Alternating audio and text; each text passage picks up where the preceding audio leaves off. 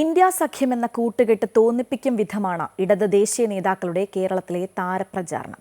CPI general secretary D രാജ, പ്രകാശ് കാരാട്ട് അടക്കമുള്ള ദേശീയ നേതാക്കൾ തലസ്ഥാന നഗരിയിൽ എത്തിയെങ്കിലും പ്രധാനമന്ത്രി നരേന്ദ്രമോദി സംവാദത്തിന് തയ്യാറാണോ എന്ന ചോദ്യം മാത്രമാണ് CPI ജനറൽ സെക്രട്ടറിയുടെ ഭാഗത്ത് നിന്ന് ഉയർന്നത്.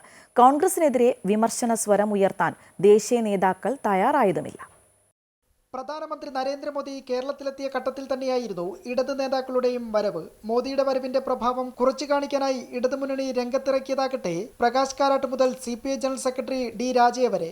എന്നാൽ പ്രചാരണത്തിൽ അണികളെ ആവേശം കൊള്ളിക്കാനുള്ള വിഷയം പോലും ജനറൽ സെക്രട്ടറിയുടെ പ്രസംഗത്തിലില്ലായിരുന്നു. പകരം പ്രധാനമന്ത്രി നരേന്ദ്രമോദി സംവാദത്തിന് തയ്യാറാണോ എന്ന ചോദ്യം മാത്രമാണ് ഡി രാജ ഉന്നയിച്ചത്.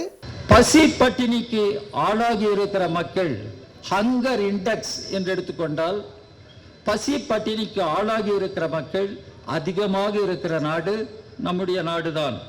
Among 125 countries, India is ranked at 111th place.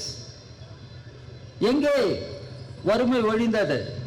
Modi பேசுகிறார், we have lifted crores of people from poverty. Why the situation is like that, Mr. Modi? Can you come and debate?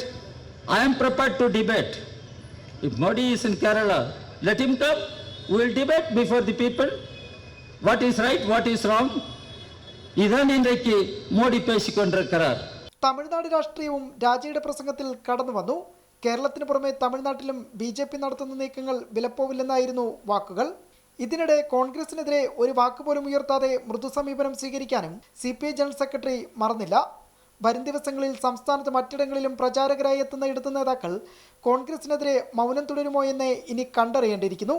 KB Shyamaprasad, Amrita News, Thiruvananthapuram.